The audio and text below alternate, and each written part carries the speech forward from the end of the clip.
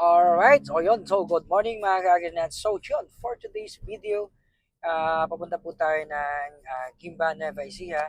Kakamustahin po natin si Sir Doy Gaheton. No? Siya po ay nakapag-avail ng the Vol RJ88 last December and ayun, isinabak niya na sa palay and then sinubukan niya na rin sa mais. So ngayon, babalikan po natin siya, kamustahin po natin kung kamusta po yung performance ng RG88, mapapalay man o mais. So yun, abangan nyo, puntahan na natin siya. Let's go!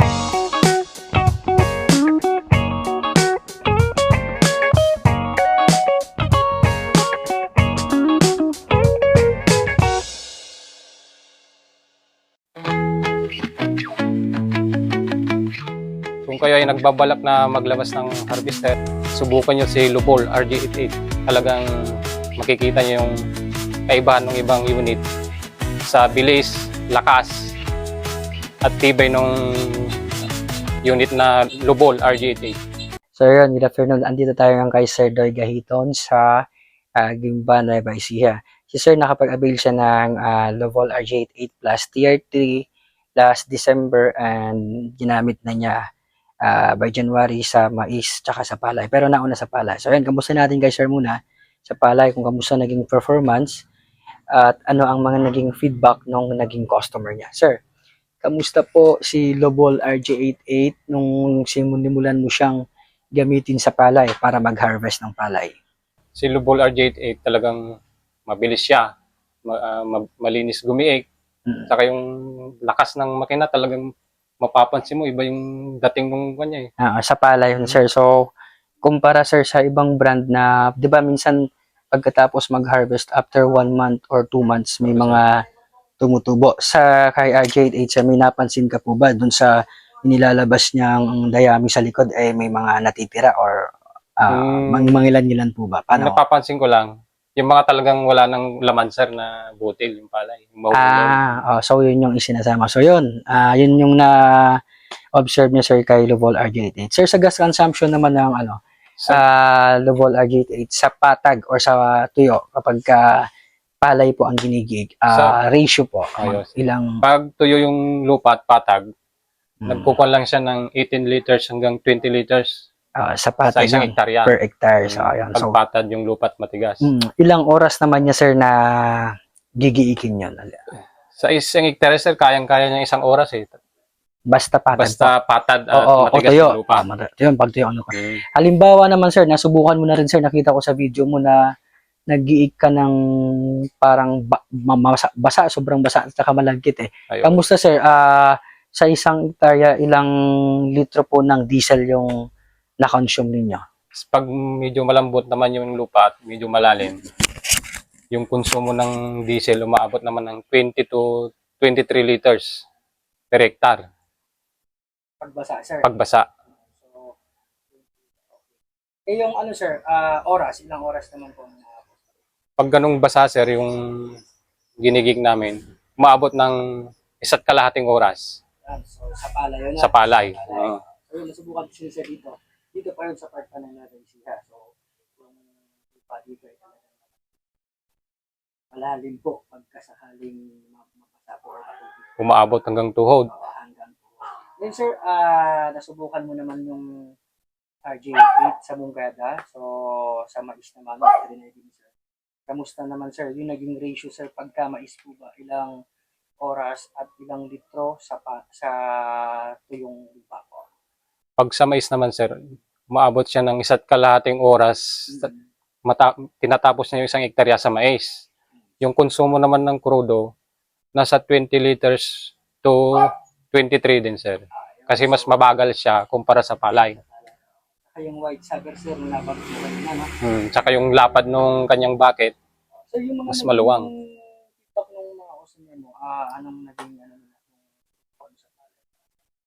Mais. Kamusta po? Ano pong nasabi nila sa unit natin? At saka sa naging outcome po ng pagkalinis nung lumabas yung palay at mais.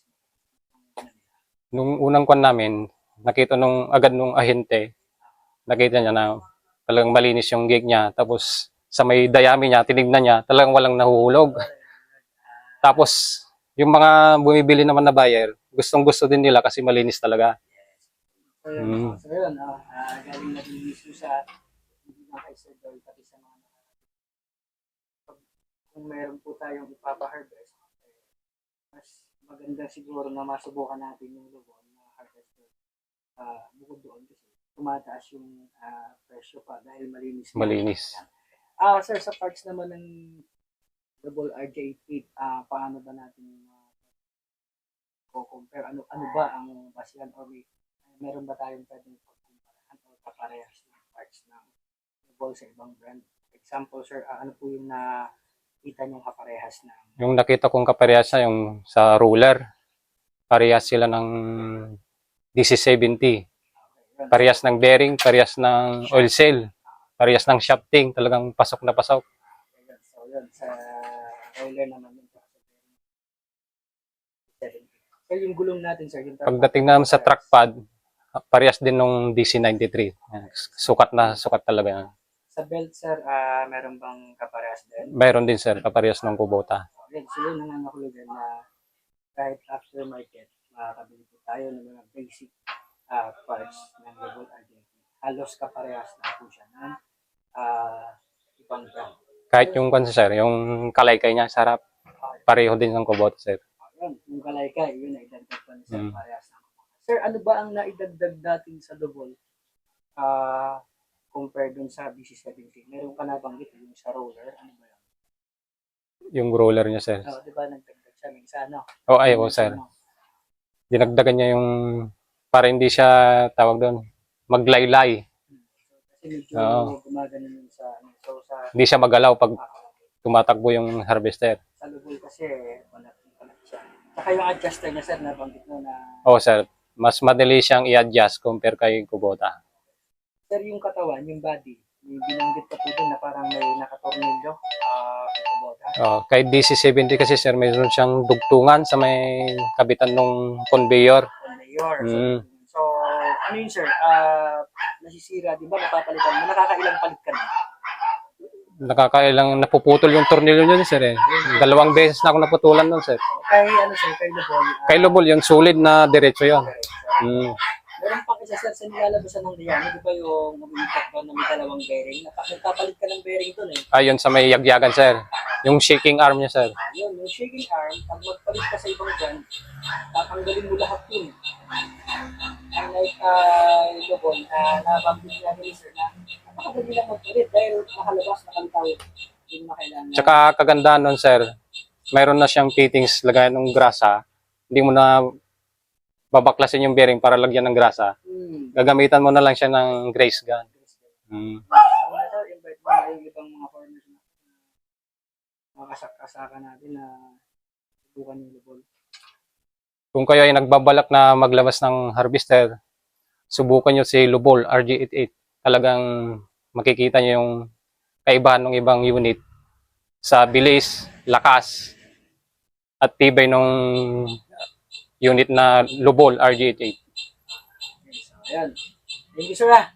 Sige sir, thank you.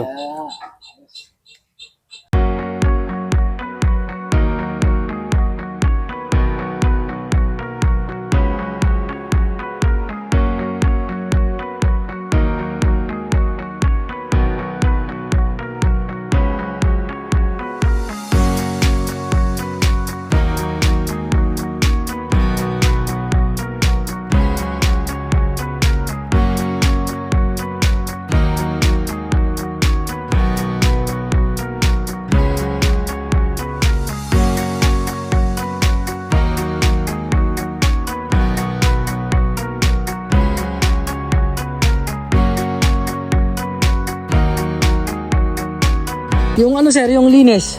Okay lang. Quality naman. Mas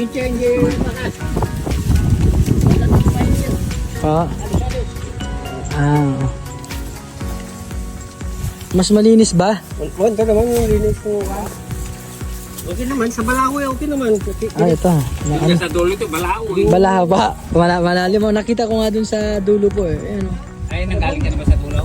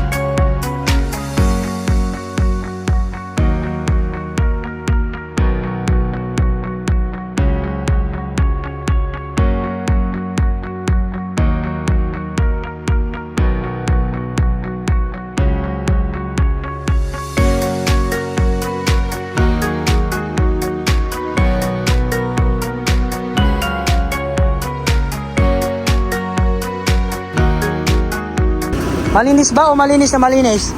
Tignan niya natin, sir. Ano? May halo-halo pang green. Oo.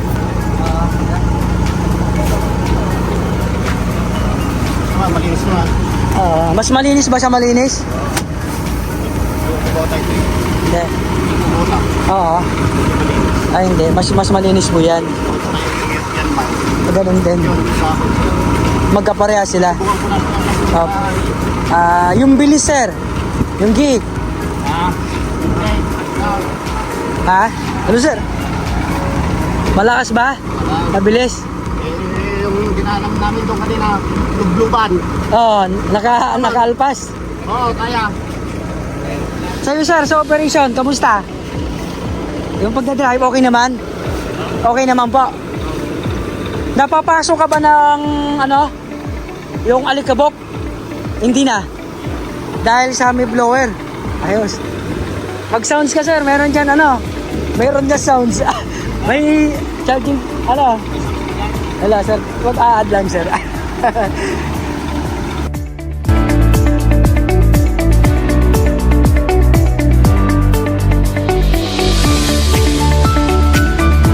Sir, yun, nag-operate ng Lubol.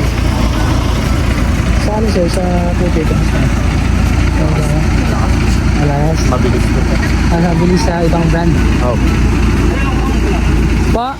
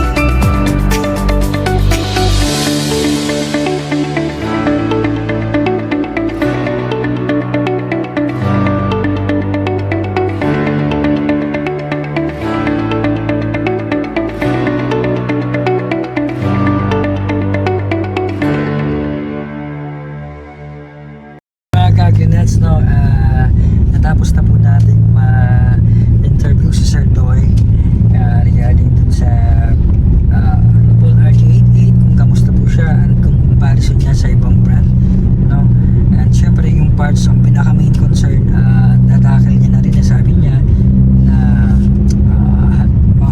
kaparehas ng ibang brand ng harvester, yung ibang parts like roller, trackpad, belts, HST, bearings and oil seal. So sa mga gustong mag-avail, message nyo lang po ako sa Facebook ko, Agrimac Reynato Tawad, or dial nyo po yung number ko 0963-518-9377 or 0931-898-9578. Luzon, Visayas, Mindanao, pwede po natin yung process yan, kahit saan ka mang sulok sa bansang Pilipinas, ipaprocess po natin yan. 20% down payment, and 3 years contract, semi-annual amortization or every 6 months per crapping. And so avail na kayo.